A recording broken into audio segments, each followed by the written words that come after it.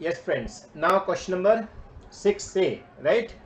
ये 6 से कौन से क्वेश्चन का है? नवंबर 2020 के न्यू सिलेबस का FR, राइट। सो नवंबर 2020 का FR का न्यू सिलेबस का क्वेश्चन 6A। लेट्स रीड, देखते हैं, रीड करो please. Question number 6A. Best Limited issued 10,000 share appreciation rights SAR, SAR right, okay. that vest immediately to its employees on 1st April 2017. The SARs will be settled in cash. Okay, Using an option pricing model. Underline कर लीजिए, cash in cash, right.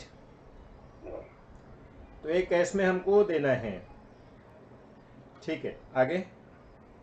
Using an option pricing model, at that date it is estimated that the fair value of SAR is ₹100. SAR can be exercised anytime until 31st March 2020. It is expected that out of the total employees, 94% at the end of period or 31st March 2018, 91% at the end of next year will exercise the option. Finally, when these were vested at the end of third year, only 85% of the total employees exercised the option. Fair value of SARs on 31st March 2018, rupees 132. On 31st March 2019, rupees 139. On 31st March 2020, rupees 141. You are required to pass a journal entry to show the effect of the above transaction. Perfect, 5 marks. 5 marks, right.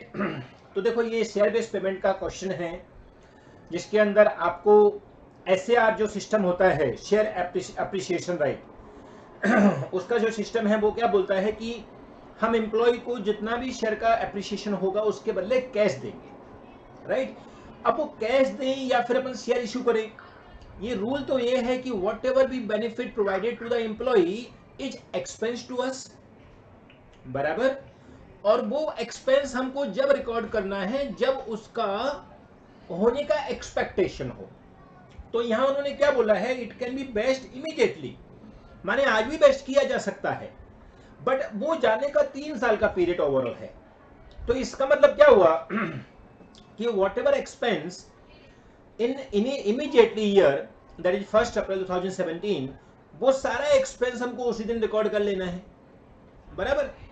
उसके बाद में आगे हमको next year आके पता चला कि 94% लोग ही शायद एक्सरसाइज करेंगे अपने राइट को, या आप बोल सकते हो जो अपना ऑप्शन है उसको बेस्ट करेंगे। तो उसके लिए 94% नेक्स्ट ईयर में लेके आना है, बट उसके बाद में जो फेयर वैल्यू है वो इंक्रीज हो गई है। पहले फेयर वैल्यू 100 रुपीज की थी और अब फेयर वैल्यू 132 की हो गई है। इसका मतलब क्या हुआ कि फेयर वैल्यू में भी चेंज हो गया। तो हम क्या करेंगे, फर्स्ट ईयर के एंड में, या आप बोलो सेकेंड ईयर के बिगनिंग में या फर्स्ट ईयर के एंड में, हम देखेंगे कि हमारा जो अप्रिसिएशन राइट था वो कितना हो गया है। पहले हमने स्टार्टिंग में रिकॉर्ड किया था उससे ज्यादा हो गया है कि उससे कम हो गया है। अगर उससे ज्यादा हो गया है तो उस साल जितना डिफरेंस है एक्सपेंस और क्लेम कर लो। ऐसे ही नेक्स्ट ईयर वापस कंपेयर करो, हमने फर्स्ट ईयर में मतलब 0 ईयर में और फर्स्ट ईयर में हमने जो कर रखा है उसके कंपेयर और कितना एक्स्ट्रा हो गया है या कम हो गया है, तो उसके अकॉर्डिंग उसको भी हम एडजस्ट कर देंगे सेकेंड ईयर में। ऐसे ही थर्ड ईयर में, और थर्ड ईयर में बाद में हम जो भी अमाउंट फाइनली लेने वाले लोग हैं, जो उन्होंने बोला 85% लोगों ने फाइनली लिया है, ये तो लिखा है ना 85% ऑप्शन द एक्साइड ऑप्शन, उनको हम दे देंगे और हमारा अकाउंट खत्म हो जाएगा। इन शॉर्ट, जैसा हम नॉर्मल ईसॉप इशू करते हैं वैसा ही ये है, खाली फर्क ये है कि ईसॉप में हम शेयर देते हैं सस्ते भाव पर, यहां पर हम कैश दे रहे हैं। जो डिफरेंसेस है उसके बदले कैश दे रहे हैं, माने जो शेयर का डिफरेंस है उसके बदले उनको एम्प्लॉय को कैश दे रहे हैं। सो वही हमको यहाँ निकालना है कि हर साल का एक्सपेंस कितना होगा, और वो एक्सपेंस को हम रिकॉर्ड करते जाएंगे हमारे फाइनेंशियल स्टेटमेंट में। हर साल का जो एक्सपेंस होगा और उसकी एंट्री पास करते जाएंगे, वही हम सोचने मांगा है, बराबर। तो मैंने आपको सिखाया था कोई भी शेयर बेस्ड पेमेंट का सम आए, चाहे ईसॉप आए चाहे वैश्यार आए, हमको 2 स्टेप में सम सॉल्व करना है। सबसे पहली स्टेप में हमको लिखना है expenses recorded in each year, कितने हर साल एक्सपेंस रिकॉर्ड करना है। और स्टेप 2 में हमको लिखना है जनरल एंट्री, जो जनरल एंट्री हमको पास करनी है, बराबर। सो लेट्स डू, चलो स्टार्ट करते हैं। Answer to question number 6A। 6A लिखेंगे एच पर। इंडिया इज 102 का रेफरेंस भी डाल सकते हैं हम लोग। Share based payment saying that share appreciation right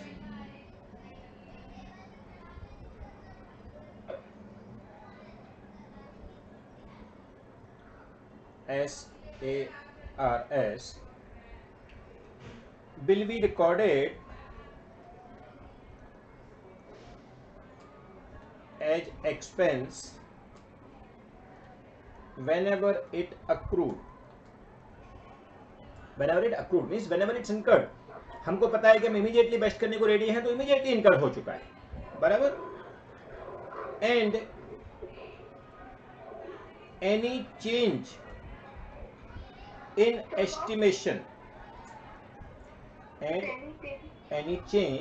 estimation will be adjusted in future, and whatever difference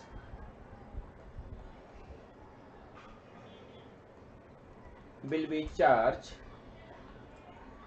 to profit and loss as employee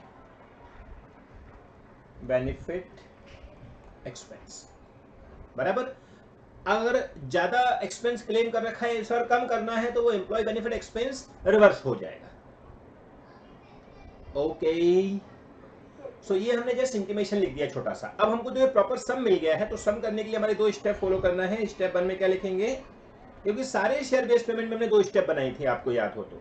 अगर ईसॉप है, यहाँ पे वेस्टिंग पीरियड 3 साल का होता तो हम स्टेप 1 में वो कैलकुलेशन करते कि वो एक्सपेंसेस को 3 साल में कैसे रिकॉर्ड करना है।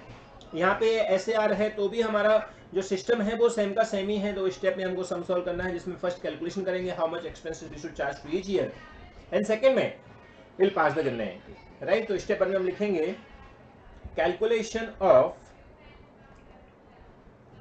SAR expense charge to PNL statement each year, ठीक है।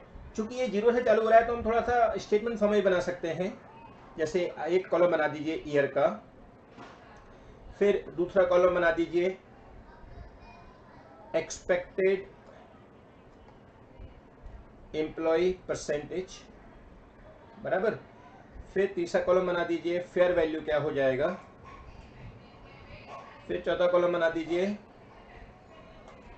टोटल शेयर अप्रिसिएशन राइट, और नेक्स्ट बना दीजिए expenses charge to PNL for share appreciation right.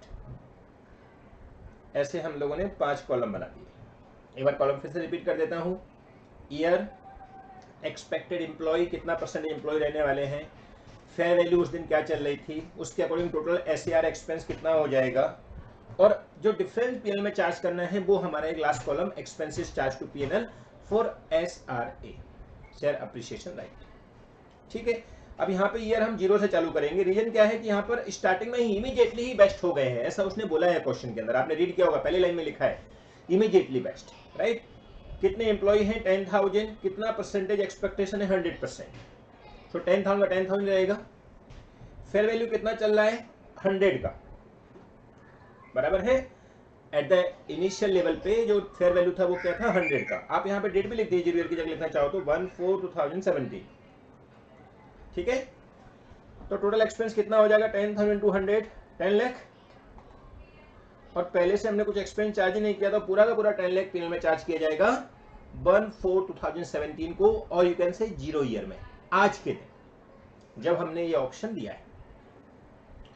Okay, next first year आएगा, तो फर्स्ट ईयर मतलब क्या हो जाएगा 31 मार्च 2018।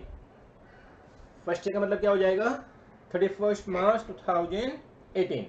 उस दिन क्या हुआ है, तो उस दिन उसने बोला है 10,000 एम्प्लॉय के खाली 94% एम्प्लॉय ही रहेंगे। देखो लिखा हुआ है 94% of the end of the period 31 March 2018, so only 94% will be taken. So 9400 और फेयर वैल्यू बढ़ के 132 की हो गई, 100 से 132 की हो गई, तो टोटल वैल्यू कितनी हो जाएगी 9400 into 132, so value will be 12,40,400 800 sorry 12,40,800। पहले से 10 लाख का एक्सपेंस क्लेम कर लिया है, तो इस बार एक्सपेंस कितना क्लेम करेंगे 2,40,800। परफेक्ट, बराबर। ऐसे ही अभी सेकेंड ईयर में आ जाएंगे। सेकेंड ईयर का डेट क्या आएगा 31 मार्च 2019।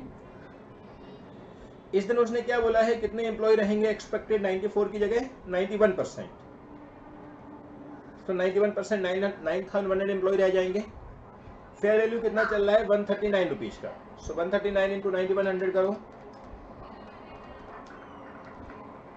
Comes to 12,64,900।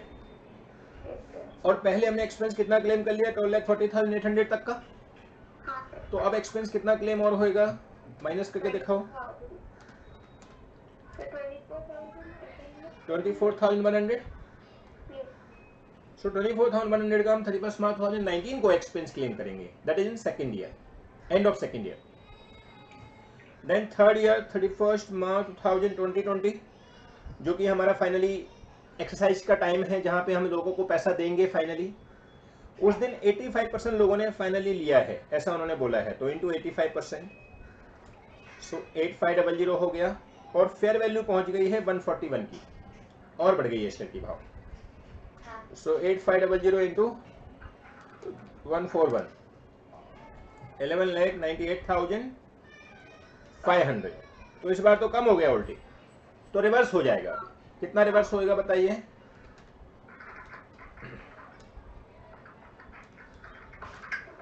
$66,400 नेगेटिव फिगर लिखेंगे, मतलब 11,98,500 एक्सपेंस होना चाहिए आज के दिन, थर्ड ईयर के दिन, लेकिन एक्सपेंस हम ऑलरेडी रिकॉर्ड कर चुके हैं 12,64,900, जो कि हमने हर साल में बाइफिकेट करके रखा हुआ है। पहले साल में 10 लाख, नेक्स्ट ईयर में 2,40,800, थर्ड ईयर में 24,100, ऐसे करके हमने एक्सपेंस रिकॉर्ड कर रखा है। तो 66,400 शुड बी द एक्सपेंस, बराबर। Now this expense total must be 11,98,500, क्योंकि लास्ट में एक्सपेंस वही है ना फाइनली। तो आप टोटल एक्सपेंस लगा के देख लीजिए, जो एक्सपेंस वाला कॉलम है, लास्ट कॉलम जो कि हमको पीएनएल में चार्ज करना है, that amount should be 11,98,500। Please cross check, देखो होता है कि नहीं। 10 lakh plus 2,40,800 plus 24,100 plus less 66,400, obvious होगा।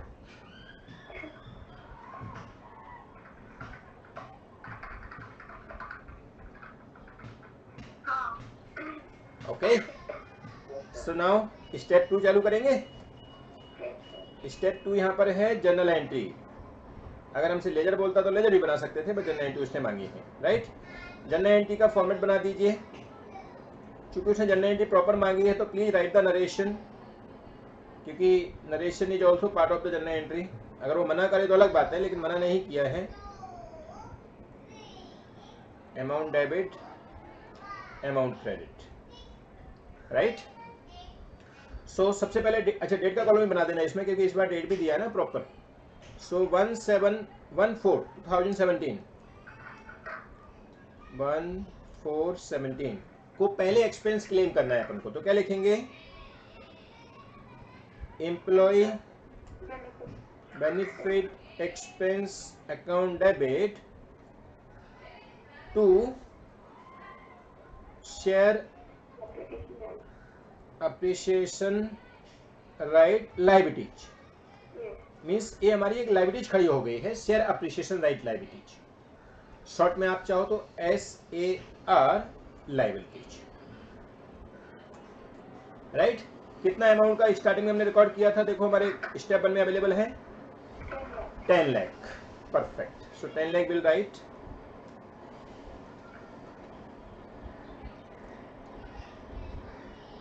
Being employ benefit expense recorded, okay. अब इसी साल 31 मार्च को हमको पता चला कि और भी एक्सपेंस रिकॉर्ड करना है because of some appreciation in the fair value. So 2,40,800 का वापस से रिकॉर्ड करना है, तो वापस से सेम एंट्री पास हो जाएगी। Employ benefits expense account debit to share appreciation right liabilities, amount हो जाएगी 2,40,800। Sir, एक minute. Yes So for 2017, only employee benefit expenses debit to SAR liabilities 10 lakh. That's it, no sir? Yes that is on 1417, but अभी year खत्म नहीं हुआ है। Year खत्म कब होगा? 31 मार्च 18 को। तो 31 मार्च 18 को और एक्सपेंस रिकॉर्ड करना है। हाँ. So again we have to pass the same entry 2,40,800 amount के साथ। Yeah, got it. ओके, इसका नरेशन भी सेम हो जाएगा, being employ benefit expense recorded, right. अब हम चाहें तो इसको पीएल में ट्रांसफर करने की एंट्री भी पास कर सकते हैं, हाँ. जो कि कई बार मॉड्यूल करता है, कई बार मॉड्यूल नहीं भी करता है। ऐसे के जो मटेरियल है कई बार एंट्री पास करते हैं मॉड्यूल ट्रांसफर करने की, कई बार नहीं भी करते हैं। तो आपको करना है, कर देते हैं एक बार, ठीक है। सो एंट्री क्या हो जाएगी? 31 मार्च को ही एंट्री होगी 2018 को। Profit and loss statement account debit to employ benefit expense account, दोनों अमाउंट ट्रांसफर कर दो 12,40,800। Okay, being employ benefit expense charge to profit and loss, right. अब ये फर्स्ट ईयर का काम खत्म हो गया। नाउ 31 मार्च 2019 आएगा, सेकेंड ईयर का एंड। तो वहां पे भी हमको सेम एंट्री पास करनी है क्योंकि एक्सपेंस ही रिकॉर्ड करना है। So now you can pass same entry, employ benefit expense account debit to share appreciation right liabilities. कितनी अमाउंट है इस बार? 24,100, right.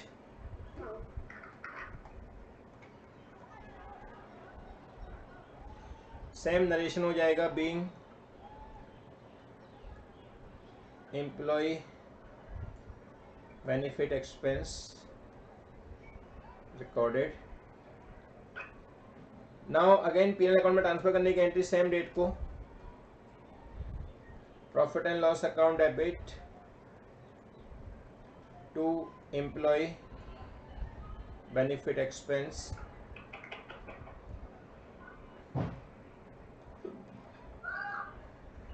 Being employ benefit expense charge to PNL.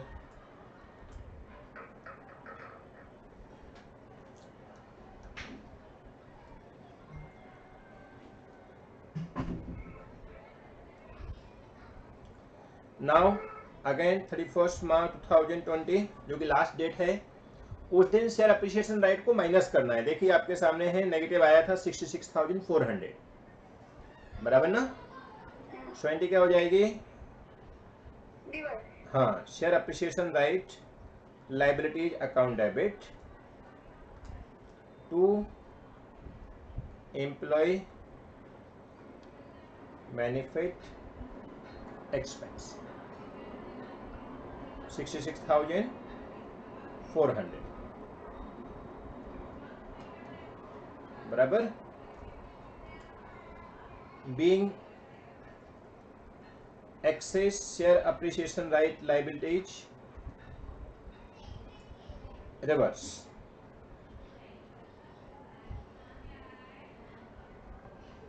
बराबर। देन 31 मार्च 2020 को हम अपना लाइबिलिटीज को पे कर दें, सामने वाले को खत्म कर दें, उनको पेमेंट कर दें, उसके बाद में पीएल में ट्रांसफर करेंगे, ठीक है। So SAR liabilities account debit to cash bank, कितना अमाउंट फाइनली देना है हमारे लिए? 11,98,500, right.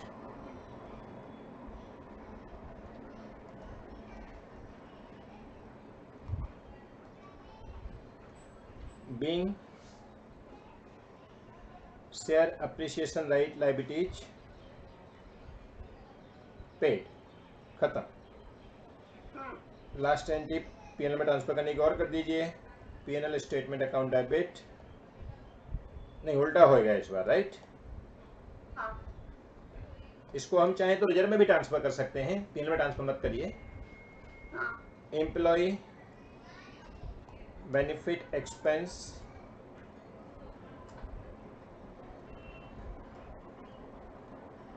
Account debit to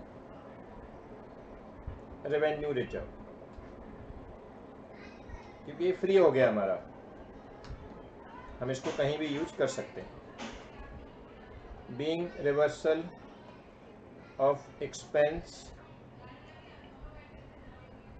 transfer to revenue reserve, okay, that's all. Amount वही 66,400, क्योंकि ये तो हमारा जो एससीआर वाला है वो तो पे करना है हमको। सो 11,98,500 तो हमारा पे हो गया, वो तो खत्म हो गया। उसका जो एसआरए लाइब्रेरी चल रहा था हमारी बुक्स में, जो बैलेंस शीट में एसआरए लाइब्रेरी दिख रहा होगा, बराबर ना, शेयर अप्रिसिएशन राइट का जो लाइब्रेरी दिख रहा होगा वो खत्म हो जाएगा। और ये जो एम्प्लॉय बेनिफिट एक्सपेंस हमने क्रेडिट कर दिया, उसको डेबिट कर देंगे, तो रेवेन्यू रिजर्व हमने ट्रांसफर कर दिया।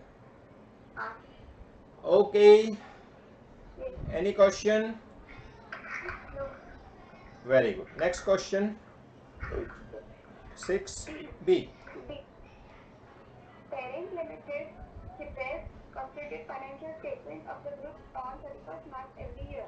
ओके, तो ये वापस से CFS आ गया और 31 मार्च को एवरी ईयर क्लोज करते हैं, ठीक है। During the year ended 31st March 2020, the following events affected the tax position of the group. First, हाँ, S Limited. Following position. So during the year ended 31st March 2020, the following events affected Okay. the tax position of the group. Okay, Okay. First point, S Limited, a wholly owned subsidiary of Parent Limited, incurred a loss of ₹20 lakh, which is admissible from future taxable profits of the company for tax purposes. Okay, S Limited is unable to utilize this loss against previous tax liability. Income Tax Act does not allow S Limited to transfer the tax loss to other group companies. Okay, means on subsidy company का loss holding है, parent company अपने यहाँ पे adjust नहीं कर सकती है, ऐसा उसने क्लियर बोल दिया है, बराबर, ठीक है। However, it allows S Limited to carry forward the loss and utilize it against company's future taxable profits. Okay, The directors of Parent Limited estimate that S Limited will not make any taxable profit in the foreseeable future. Okay, so this is what they want to ask from us during the year ended 31st March 2020, the following events effect of the tax position of the group, means they are talking about something deferred tax. Let's see, आगे पढ़ते हैं जब पता चलेगा। Second one, on 1st April 2019, Parent Limited borrowed ₹50 lakh. The cost incurred by Parent Limited for arranging the borrowing was ₹1 lakh on the said date, and this expenditure is qualified for deduction under the Income Tax Act for the accounting year 2019-20. Okay, so whatever expense they had incurred for borrowing the fund, they income tax is allow as expense, right? Yes. Okay, The loan was given for a 3-year period. As per agreement, no principal or interest was payable on the loan during the tenure of loan, but Okay. the amount payable on 31st March 2022 will be by way of a bullet payment of ₹65,21,900. okay, As per Parent Limited, this equates to an effective annual interest rate of 10% on loan. okay, As per the Income Tax Act, a further expense of ₹10,21,900 will be claimed from taxable income till the loan is repaid on 31st March 2022. Okay, ये 15,21,900 कैसे आया?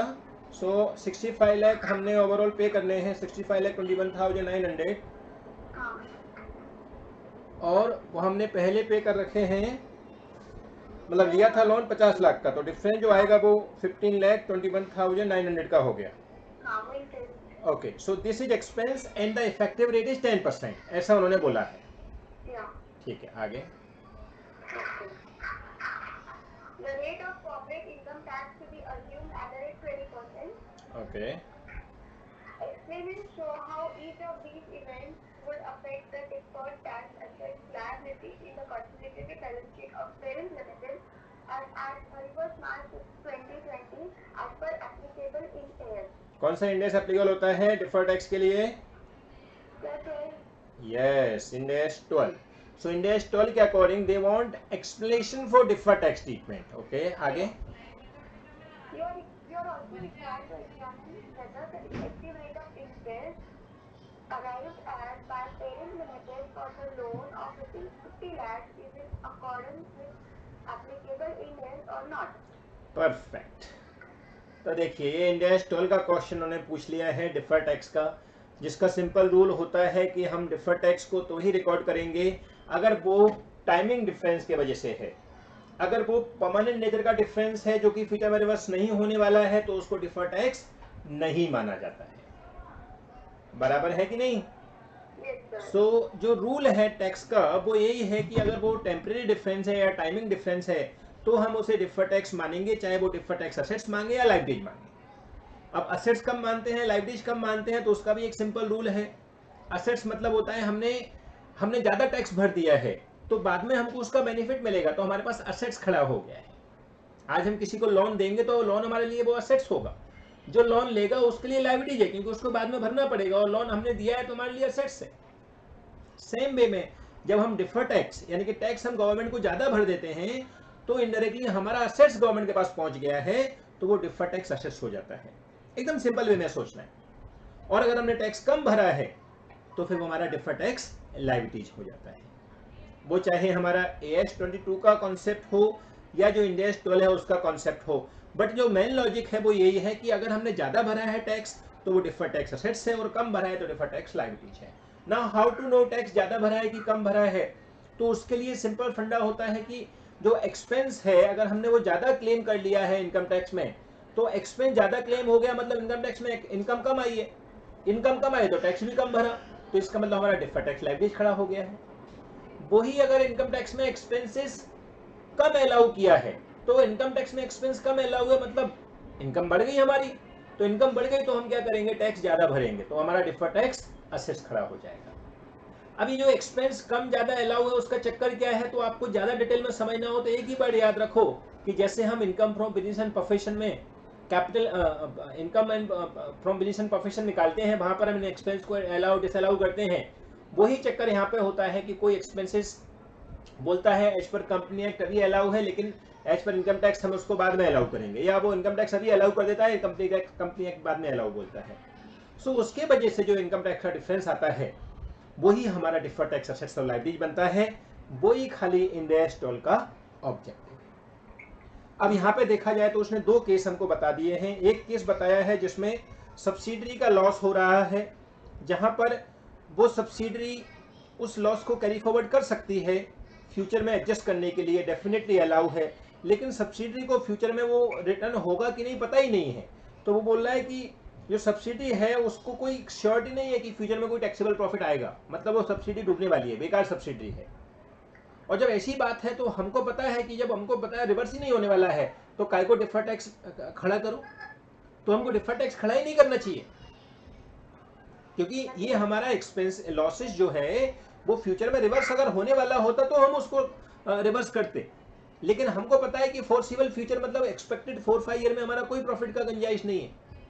अब आती है कि हमारा group है तो हम कहीं हमारी पेरेंट कंपनी के साथ हमारे लॉस को एडजस्ट कर दें, तो इनकम टैक्स ने क्लियर मना कर रखा है कि टैक्स पर्पज के लिए अदर कंपनी का लॉस इज नॉट एडजस्टेड। आप अपनी सब्सिडी कंपनी का लॉस अपने आप एडजस्ट नहीं कर सकते हो, क्लियर हमारा रूल है। तो वैसे केस में वो भी मना कर दिया है तो फिर तो उसका कुछ रोल ही नहीं हुआ। तो आप बोल सकते हो कि पहले केस में डिफर्ड टैक्स असेट्स की कैलकुलेशन करने की जरूरत ही नहीं है, क्योंकि क्योंकि उसने बोला है कि हम लोग उसको ना तो रिवर्स फ्यूचर में करेंगे क्योंकि हमको कोई प्रॉफिट होने के चांसेस है नहीं, और हमारी जो होल्डिंग है उसको हम देंगे नहीं उस प्रॉफिट को, तो हम कैसे फिर डिफर्ड टैक्स एसेट्स को रिकॉर्ड कर सकते हैं। Okay, so this is what deferred tax assets का ट्रीटमेंट। अब सेकंड केस आता है। नाउ सेकंड केस में क्या बोल रहा है, on the 1st April 19 parent limited borrow 50 lakh, right.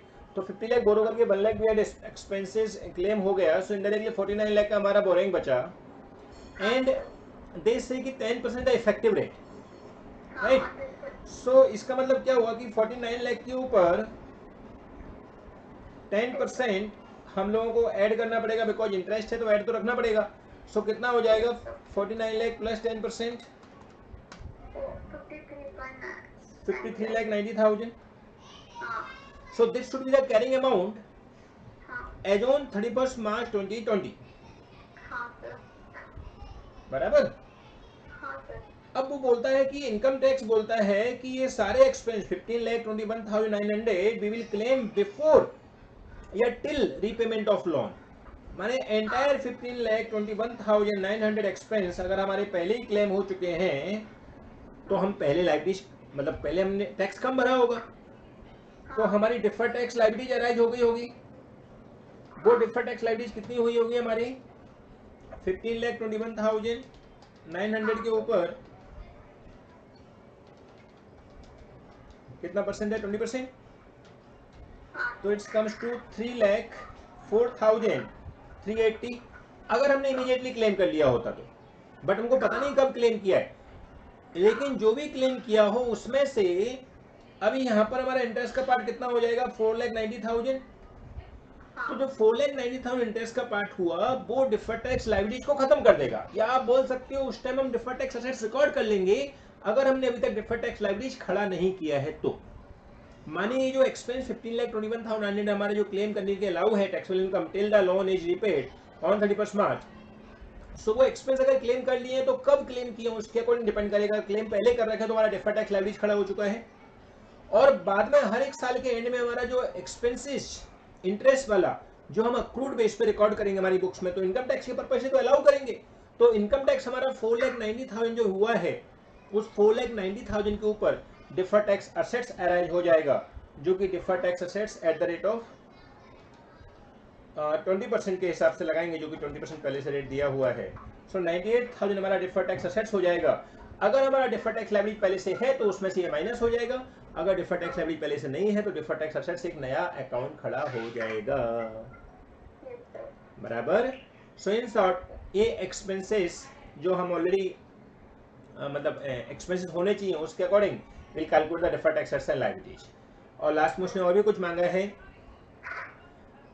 you are also required to examine whether the effective rate of interest arrived at the parent limited for the loan 50 lakh is in accordance with the applicable Ind AS।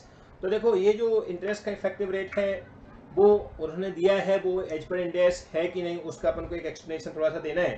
पहले अपन ये answer लिख देते हैं जिससे हमारा इतना part खत्म हो जाएगा, right. So right answer to question number 6B। H पर Ind AS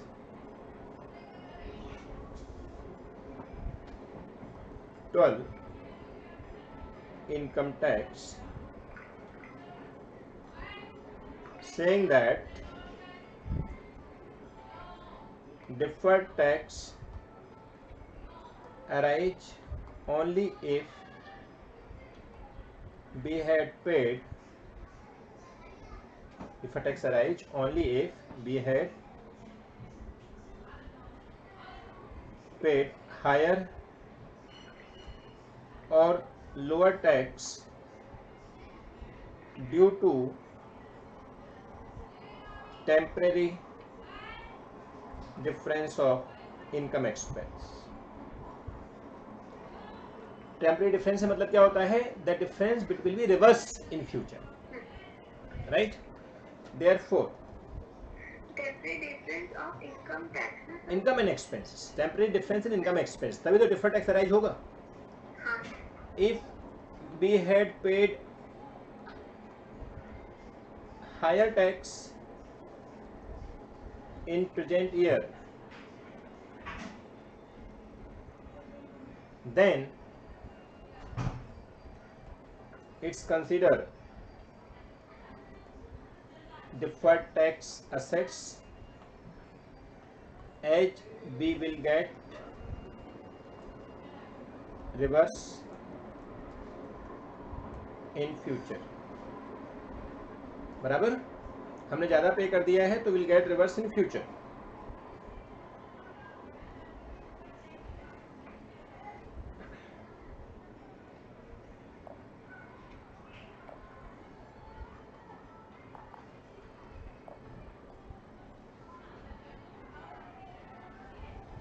And other way, if we had paid less tax, then it's called deferred tax liability. Will be reverse in future.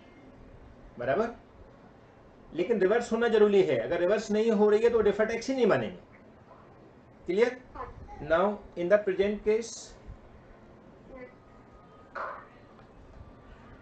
we have two situation. बराबर, number one क्या है? In present case we have two situation. सबसे पहला, our S Limited subsidiary suffering with loss of rupees 20 lakhs, right? 20 lakhs or how much? Yes, 20 lakh. 20 lakhs. 20 lakhs, which it can be carried forward, but in foreseeable future,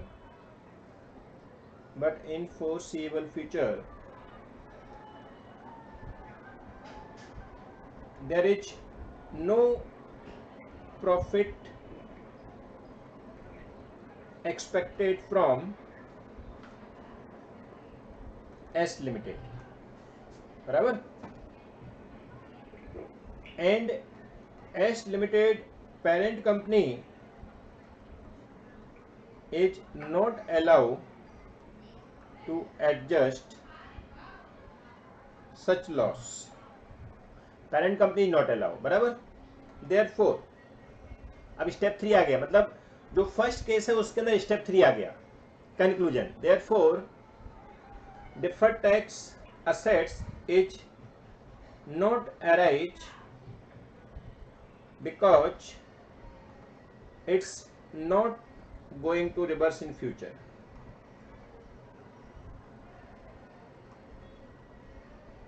Or you can say foreseeable future. जहां तक हमको दिख रहा है वो reverse नहीं होने वाला है, बट इन अगेन फ्यूचर में भी ये रिवर्स हो सकता है. बट फोर्सिबल बोल दिया, मतलब हमारे जो नॉलेज है उसके हिसाब से वो रिवर्स नहीं हो. सो इसके लिए हम बोलेंगे it is not reverse in future, foreseeable future. So we should continue with, means we should not make the deferred tax assets. बराबर, okay. So we should ignore it and no need to create any liabilities. Okay, any deferred tax assets, not liabilities. No need to create any deferred tax assets, right? Now in second case क्या है?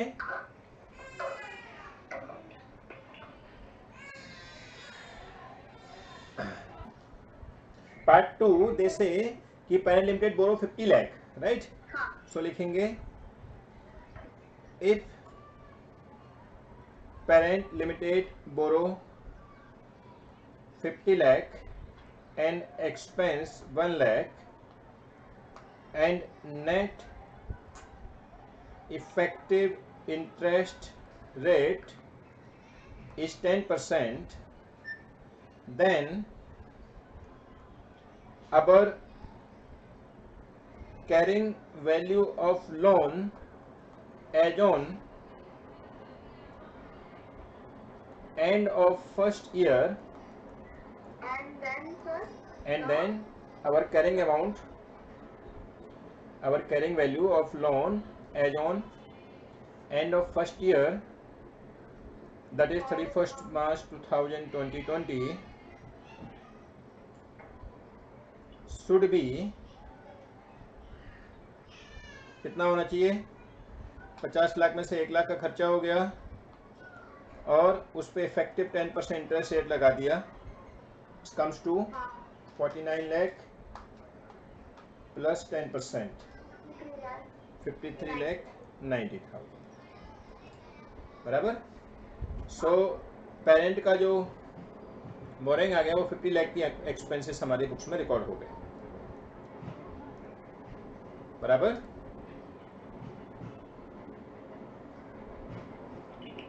बराबर कि नहीं? Now आगे लिखेंगे,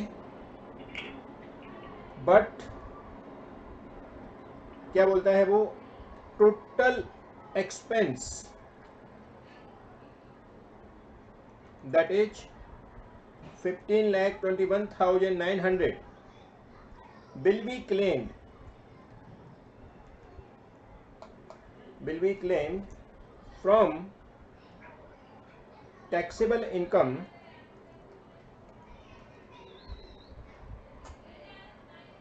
till the loan is repaid.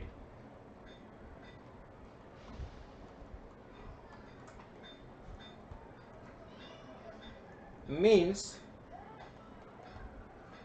deferred tax liabilities will be created for rupees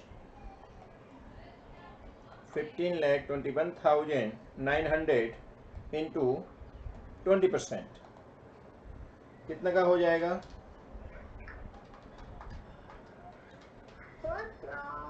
3,04,380 whenever it's claim. Means it is say that we can claim at any time between the before the loan repayment, right? It's clearly mentioned will be claimed from taxable income till the loan is repaid. So till the loan is repaid 31st March 2020 तक हम उसको claim कर सकते हैं। तो whenever we claim the expense, the expense on the time deferred tax liabilities will be arranged, बराबर। and in each year and the deferred tax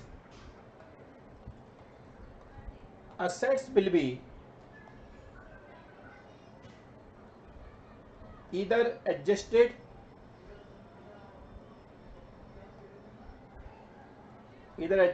with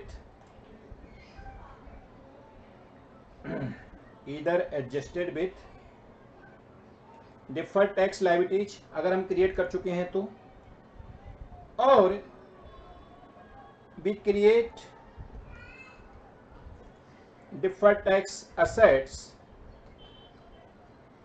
from the amount of interest that is कितना, 49 lakh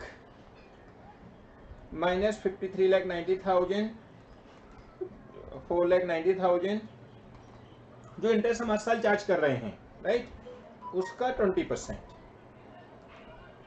तो 4,90,000 का 20%, 98,000, yes. 49 lakh minus 53,90, it's comes to 4,90,000, जो कि हम expense claim कर सकते हैं, जो कि हम अभी नहीं कर रहे हैं क्योंकि हम बुलेट पेमेंट करने वाले हैं, तो एक्सपेंस हम बाद में रिकॉर्ड करेंगे। तो डिफर्ड टैक्स एसेट्स हो गया। अगर हमने एक्सपेंस पहले ही क्लेम कर लिए हैं पूरा 15,21,900, तो हम डिफर्ड टैक्स लाइबिलिटीज क्लेम कर चुके हैं, डिफर्ड टैक्स लाइबिलिटी अगर हमारी बुक्स में है तो डिफर्ड टैक्स उसके इसमें एडजस्ट हो जाएगा और ऐसे करके हमारा बुक्स चालू रहेगा। ओके सर इनटू 20% 98,000, तो उसको क्या लिखेंगे? ये हमारा डिफर्ड टैक्स एसेट्स हो जाएगा या फिर हमारा डिफर्ड टैक्स लाइबिलिटीज है तो उसके रेंज में एडजस्ट हो जाएगा, ओके बराबर। बट यस यहाँ पे डिफर्ड टैक्स एसेट्स अराइज होगा, मींस डिफर्ड टैक्स एसेट्स और डिफर्ड टैक्स लाइबिलिटी अराइज होगा क्योंकि ये टेम्परेरी डिफरेंस है, ये हमारा रिवर्स होने वाला है। हाँ हाँ ओके हाँ sir. Let's do the C part.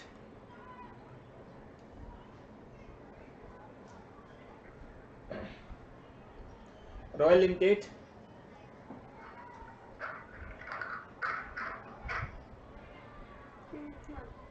Royal मतलब 6 क्वेश्चन, तो 6 क्वेश्चन नंबर 60। हाँ 6C। Okay. For 5 marks, Yeah. Royal Limited is a company which has a net worth of rupees 200 crores engaged in the manufacturing of rubber products. Okay. The sale of the company are badly affected due to pandemic during the financial year 2019-20. Relevant financial details of the financial years are as follows. Okay. Amount rupees in crores. Net profit as on 31st March 2020 estimated 3 crores.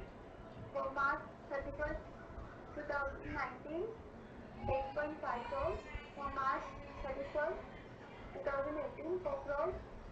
And for March 2017 6 crores. Okay. Sales for March 2020 850 crores. For March 2019 960 crores. For March 2018 900 crores. And for March 2017 800 crores. Okay means 17 से उल्टा दिया है basically, first उन्होंने recent year दिया है बाद में next year दिया है। सो ऐसे देखा जाए तो पहले हमारा सेल बढ़ रहा था कंटिन्यू और फिर 31 मार्च 2020 में आके अचानक से कम हो गया, सेल भी कम हो गया और प्रॉफिट भी कम हो गया। ठीक है आगे बढ़ते हैं। During the pandemic period till March 31st 2020, various commercial activities were undertaken with contemplating concessions, discounts around the villages affected areas. The management intends to highlight expenditure incurred on such activities as expenditure incurred on activities undertaken to discharge corporate social responsibility while publishing financial statements for year 2019-20. The Okay. required advice CFO of Royal Limited on the data point along with previous for your advice. Okay. Whether the company has an obligation to form a CSR committee if the statutory criteria are not satisfied in the current financial year.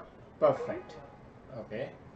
The accounting of expenditure during the pandemic period is to be treated as expenditure on CSR and financial statement according to the view of the accountant of the company.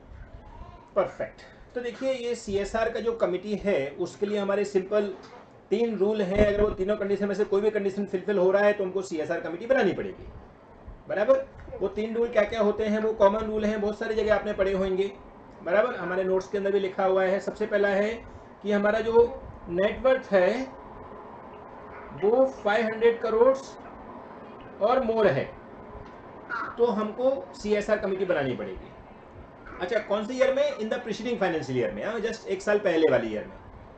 अगर हमारा net turnover जो है वो 1000 करोड़ से ज़्यादा का है तो हमको 1000 करोड़ या मोर तो फिर हमको CSR कमिटी बनानी पड़ेगी। या फिर हमारा जो नेट प्रॉफिट है वो 5 CR और मोर है तो हमको CSR कमिटी बनानी पड़ेगी। ये CSR कमिटी का सिंपल रूल होता है जो कि बहुत सारी जगह आपने पढ़ा होगा। तो अब हमको ये तीनों कंडीशन चेक करनी है और अकॉर्डिंगली आंसर दे देना है कि CSR कमिटी बनानी है कि नहीं बनानी, उसने सारा डेटा दिया हुआ है हमारे लिए। तो देखो पहला कंडीशन है नेटवर्थ 500 करोड़ का होना चाहिए, क्या ऊपर नेट 500 करोड़ का है? नहीं है, 200 करोड़ का ही है, तो वो कंडीशन फिलफिल नहीं है। टर्नओवर 1000 करोड़ का होना चाहिए, तो टर्नओवर दिया हुआ है, देखो सेल दिया हुआ है 850 950, ये भी नहीं है 1000 करोड़ का। और नेट प्रॉफिट जो है वो 5 करोड़ से ज्यादा होना चाहिए, तो वो एक दिया हुआ है 8.5 करोड़ का। यानी कि 31 मार्च 2019 को 8.5 करोड़ पूरा हो चुका है, मतलब कंडीशन सेटिस्फाई हो चुकी है। और अगर कंडीशन सेटिस्फाई हो गई है 31 मार्च 2019 को तो प्रीसीडिंग यानी कि 31 मार्च 2020 को CSR कमिटी बनानी पड़ेगी, क्योंकि प्रीवियस फाइनेंशियल ईयर में हमारा प्रॉफिट 5 ईयर का क्रॉस हो चुका है, बराबर। तो सिंपल आंसर है इसका CSR कमिटी बनाना है। और उसके लिए लिखना कैसे पड़ेगा, तो आंसर लिखते हैं जरा।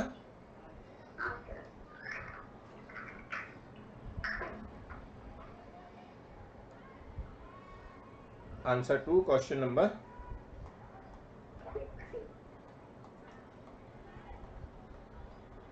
6C, right. लिखो, as per CSR rule, CSR committee is to be formed only if any of following condition are satisfied। बराबर। सबसे पहली condition, net worth of company is ₹500 crore और more. Second, turnover of company is ₹1000 crore और more. And third, net profit of company is 500 crore or more in preceding financial year,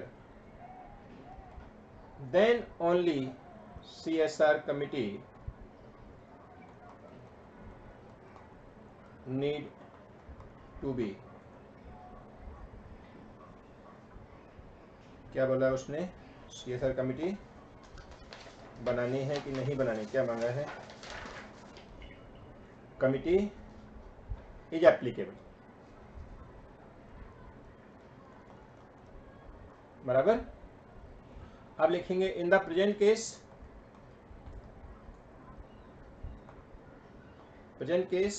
our net worth is 200 crore and turnover is less than 1000 crore. In the present case, our net worth is 200 crore and turnover is less than 1000 crores. So, condition is not satisfied. But net profit is 8.5 CR in preceding financial year, which is satisfy the net profit more than 5 CR। बराबर। net profit more than 5 CR। therefore क्या नाम है entity का, royal limited need to be framed CSR committee for the financial year, for the current financial year 2020, right, 31st March 2020। Understood? Okay, so let's see second part। और क्या बोला है उसने, second part और पढ़ लेते हैं इसका। The accounting is expenditure during the pandemic period is to be treated as expenditure of CSR। ऐसे थोड़ी होता है, बराबर। Financial statement according with the view of the accounting in the company, no. So second part का answer भी लिख दीजिए, answer 2, expenditure incurred on pandemic period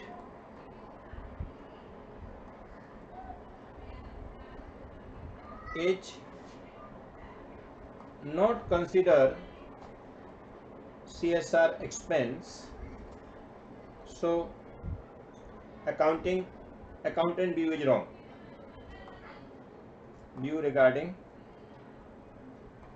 this expense is not correct. Okay, चल नेक्स्ट क्वेश्चन, लास्ट क्वेश्चन, लेकिन लास्ट में 2 option है, right?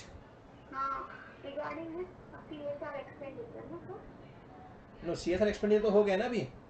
So expenditure income primary is not considered as CSR। हाँ, is not consider CSR expense, वो ऐसा CSR expense नहीं माने जाएंगे। Correct regarding this CSR expenditure. Yes. Entity के इज ओन्ड बाय द कौन सा क्वेश्चन, डी, राइट? हाँ दी सर 4 मार्क्स। 4 marks, okay. पहले कितने कितने मार्क्स के थे ये? सर पहला वाला तो 5 मार्क्स का, सेकंड 6 मार्क्स का, ये लास्ट 5 मार्क्स और ये 4 मार्क्स। इसमें 2 ऑप्शन है, राइट? हाँ और ओके। हाँ आंसर दो। So entity K is owned by three institutional investors: M Limited, N Limited, and C Limited, holding Okay. 40%, 20% equity interest respectively. Fine. A contractual agreement between M Limited and N Limited gives that joint control over the relevant activities of entity K. Okay. It is determined that entity K is a joint operation and not a joint venture. Okay, so underline कर लीजिए इसको, joint operation है, ये joint operation है, joint venture नहीं है। सो joint operation मतलब पता है आपको, प्रोपोर्शनेट असेट्स एंड लायबिलिटी लिखने पड़ते हैं, और अगर जॉइंट वेंचर होता है तो इन्वेस्टमेंट को इन्वेस्टमेंट ही रखना पड़ता है, एज पर इंड AS 111 हमने किया हुआ है। सो ये इंड AS 111 की बात आ गई। हाँ ठीक है, आगे बढ़ते हैं। C Limited is not party to the arrangement between M Limited and Limited. Okay, so However, ये जो है एन और एम जो है वो कौन है, कॉन्ट्रेक्चुअल अरेंजमेंट कर रखा है इन लोगों ने, बराबर? एम एन एन ने, तो वो जो है वो आपने में कंट्रोल कर रहे हैं दोनों मिलके, 40-40-80 हो गया उनका, कंट्रोल कर रहे हैं, very good. however, like M Limited and N Limited, C Limited also has the right to the assets and obligations for the liabilities relating to the joint operation in proportion of its equity interest in entity K. Okay, means obvious बात है, अगर हम share joint operation system follow कर रहे हैं तो A M N और सी, जो कि बेचारा अकेला पड़ गया है, जिसके पास खाली 20% शेयर है, उसको भी असेट्स एंड लायबिलिटीज पे राइट है, जो कि सी लिमिटेड की है, राइट? तो सी लिमिटेड के जो शेयर लेके रखे हैं, नहीं सी नहीं है, कौन है कंपनी का नाम? K limited. एंटिटी के is owned by the 3 institute. So K limited के जो शेयर लेके रखे हैं उन सब एंटिटी को राइट है अपने एसेट्स लायबिलिटीज पे, ठीक है? आगे Would the manner of accounting to be followed by M Limited and N Limited on the one hand and C Limited on the other in respect of their respective interest in entity K be the same or different? Okay, You are required to explain in light of the relevant provisions in the relevant standard in this regard. Perfect. तो देखो clear picture दिख रहा है कि यहाँ पर जो M और एन है वो दोनों मिलके कंट्रोल कर रहे हैं किसको? के को। सिंपल। तो ये जॉइंटली कंट्रोल एंटिटी हो गया। अब जॉइंटली कंट्रोल के अंदर 2 ऑप्शन होते हैं कि जॉइंट ऑपरेशन फॉलो कर सकते हैं और जॉइंट वेंचर फॉलो कर सकते हैं।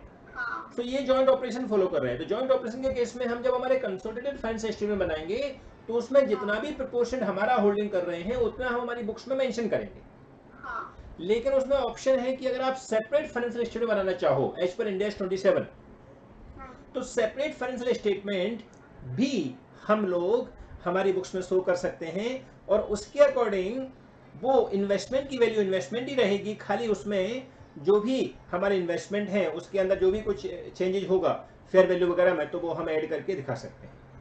सो यहाँ पर आंसर यही होगा कि ये जो है वो जॉइंट ऑपरेशन के अकॉर्डिंग कर रहे हैं, इसके लिए इन लोगों को असेट्स लायबिलिटीज बुक्स में रखना अलाउ है, और जो एम एन एन है और सी है उन तीनों को उनके फाइनेंशियल स्टेटमेंट में कोई फर्क नहीं पड़ता, क्योंकि तीनों ही अपनी बुक्स में जॉइंट ऑपरेशन के हिसाब से जितना जितना परसेंट होल्ड कर रहे हैं उतना असेट्स लायबिलिटी अपनी बुक्स में ऐड करेंगे, बराबर? सो कोई फर्क नहीं पड़ता। Let's write the answer to question number 6D।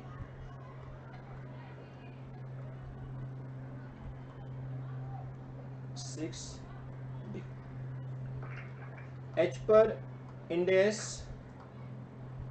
111 joint arrangement saying that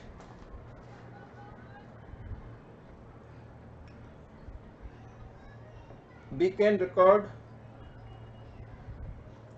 joint arrangement in two way.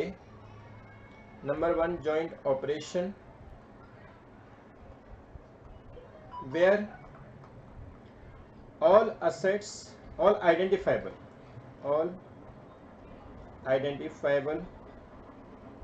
assets and liabilities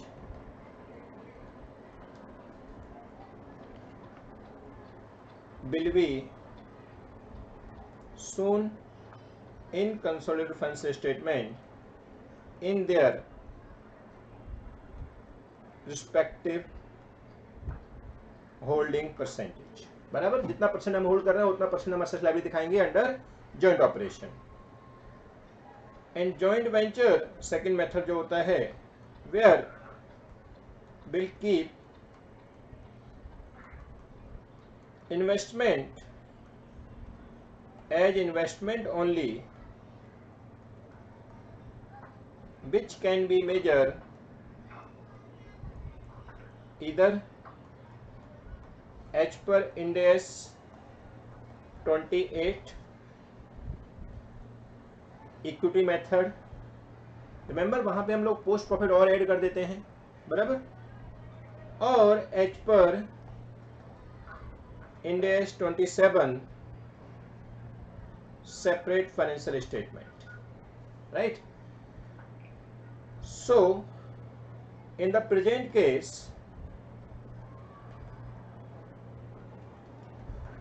entity K owned by investor M and C Limited at 40%, 40% and 20% respectively,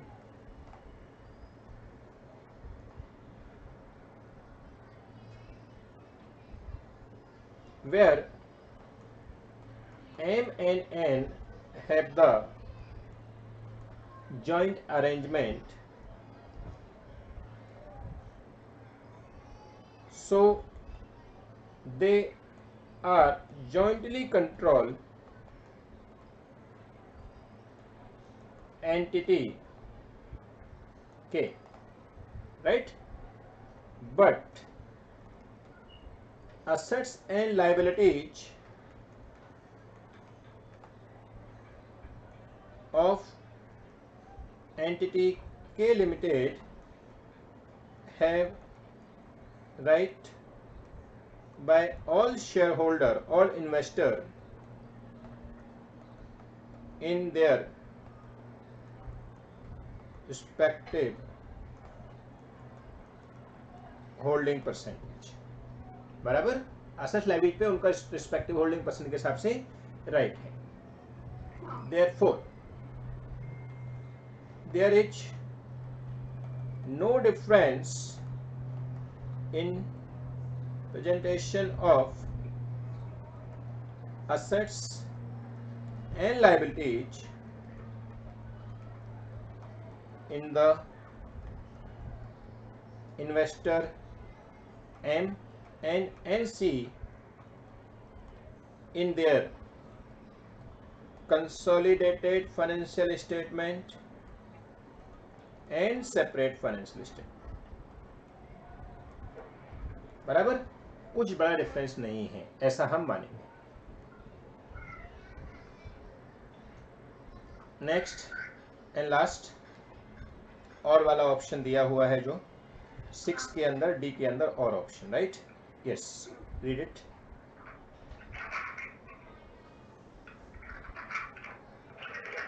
last question, right.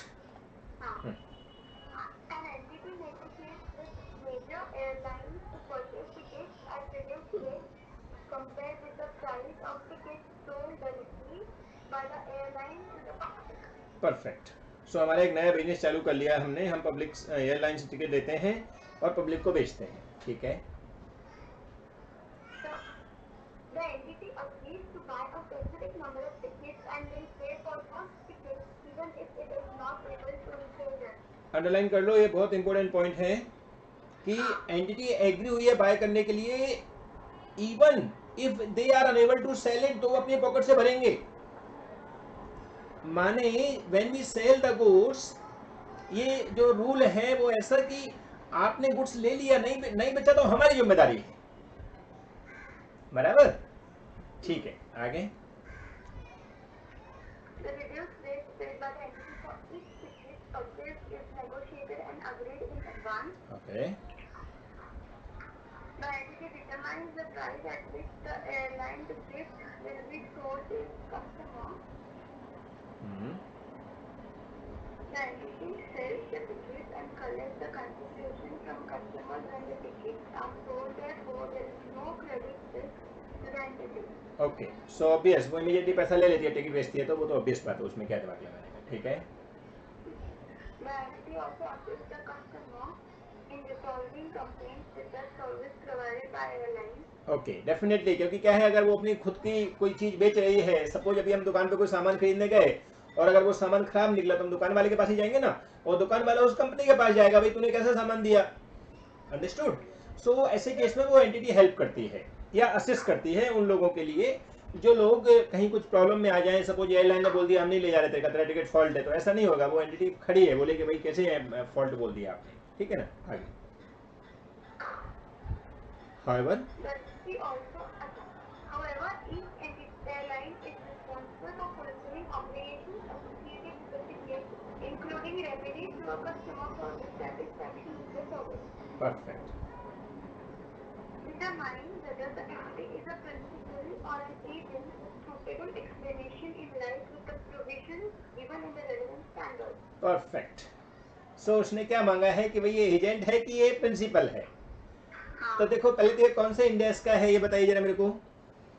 Sir ये 115। Excellent, बिल्कुल, क्योंकि ये 115 जो index है वो बताता है कि हमारे लिए रेवेन्यू कॉन्टेक्ट विद कस्टमर का अकॉर्डिंग जो रेवेन्यू हम जनरेट करते हैं उसमें हमारा रिलेशन क्या है, एज एजेंट है और एज ए प्रिंसिपल है। तो उसके लिए बहुत सारा डिटेल दिया हुआ है, लेकिन एक सिंपल वर्ड में बोले तो क्या होता है, एजेंट मतलब होता है जैसे कि आपने किसी को माल दिया कि भाई तू बेच देना यार, नहीं बेचे तो मैं ले लूंगा, माने तुम्हारा खाली कमीशन खाने का काम है, तुम्हारी कोई रिस्क नहीं है। लेकिन जब आप बिजनेसमैन की तरह काम करोगे कि आप माल लेके आ गए फिर अपने रिस्क पे बेच रहे हो, नहीं बेचा तो तुमको घाटा भुगतना पड़ेगा, तो फिर आप क्या कर रहे हो, आप एज ए प्रिंसिपल काम कर रहे हो। मतलब आपको सारा का सारा सेल और परचेज अपने यहाँ पे रिकॉर्ड करना है। जैसे अपन कोई गुड्स लेके आए, उसको बेचा तो लेके आए तो परचेज रिकॉर्ड करेंगे, और सेल किया तो सेल रिकॉर्ड करेंगे। लेकिन वही अगर हमें एजेंट काम करें, खाली हमने एयरलाइन से कांटेक्ट कर रखा है कि भैया मेरे कस्टमर आएंगे, मैं बोलूंगा एयरलाइन से जाकर टिकट खरीद लो और हर एक टिकट पे तू मेरे को 100 रुपया 200 रुपये कमीशन के देगा, तो वो हम कौन बन जाएंगे, एजेंट बन जाएंगे। जबकि हम टिकट लेके बेच रहे हैं उसमें भी हमको कुछ ना कुछ मुनाफा मिल रहा है, लेकिन वो कमीशन नहीं है, वो मुनाफा है। तो यहाँ पर ये जो वर्ड लिखा हुआ है कि एयरलाइन ने अपना टिकट दे दिया, बाद में टिकट बेचे चाहे ना बेचे एंटिटी की जिम्मेदारी है, मतलब ये फाइनल हो गया है कि ये प्रिंसिपल ही है। तो प्रिंसिपल का रोल क्या है कि माल लेने का और माल बेचने का। माने वहां अपनी बुक्स में क्या दिखाएगा, वो परचेज सेल दिखाएगा, कमीशन नहीं दिखाएगा।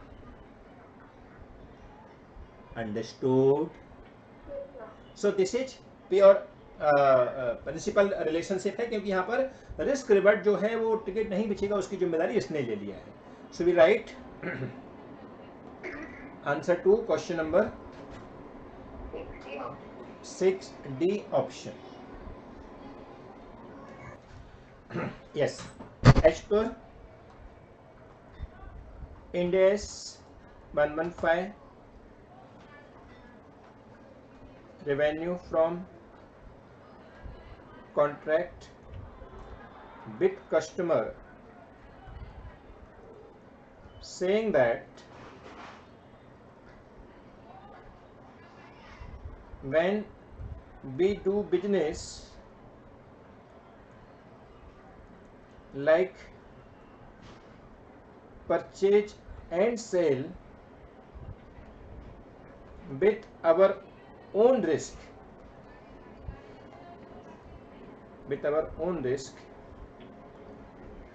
then it's considered principal.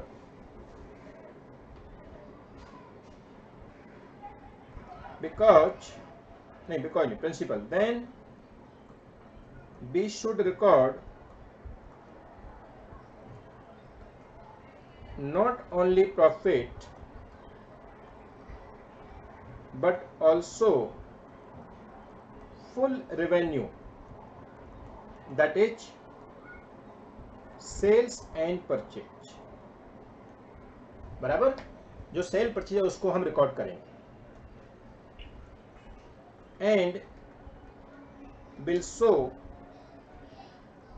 As main business like be doing our own business. ये सारे अपने वर्ड्स हैं। वैसे देखा जाए तो बहुत अच्छे अच्छे टिकी वर्ड आपको दिए हुए हैं आपके मॉड्यूल के अंदर, लेकिन मैं हमेशा बोलता हूं कि लॉजिक कॉन्सेप्ट पे जाओ तो आपको पता रहना चाहिए कि जो नॉर्मल प्रिंसिपल वाला बिजनेस है जिसमें हम लोग परचेज सेल कर रहे हैं और हमारी रिस्क पे कर रहे हैं, हमने परचेज कर लिया, माल नहीं बेचा तो हमारी जिम्मेदारी है, माल खराब हो गया हमारी जिम्मेदारी है। सो वो सब चीजें अगर हमारी रिस्क हो गई है ट्रांसफर तो हम लोग प्रिंसिपल बन गए हैं, एजेंट नहीं है। बराबर, but if we are working as agent,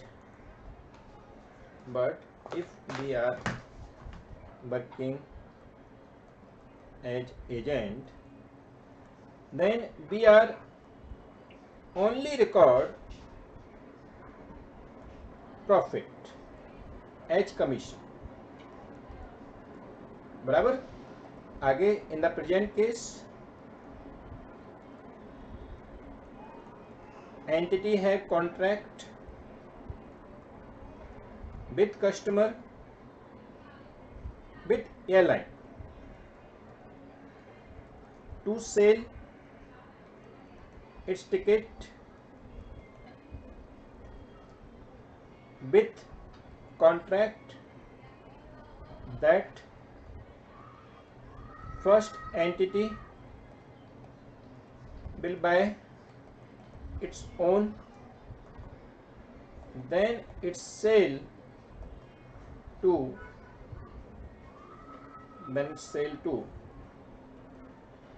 customer with risk that if it's unable to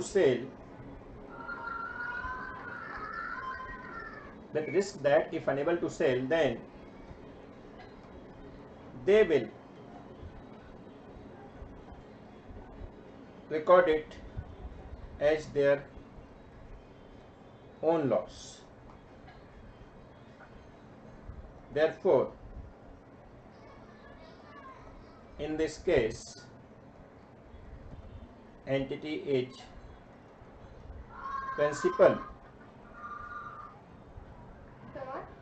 Therefore, in this case, entity is principal। So entity should record full revenue in its books। बराबर, तो हमारी books में उसको record करना चाहिए। Okay, so with that we had done all November 2020 new syllabus FR all questions, right.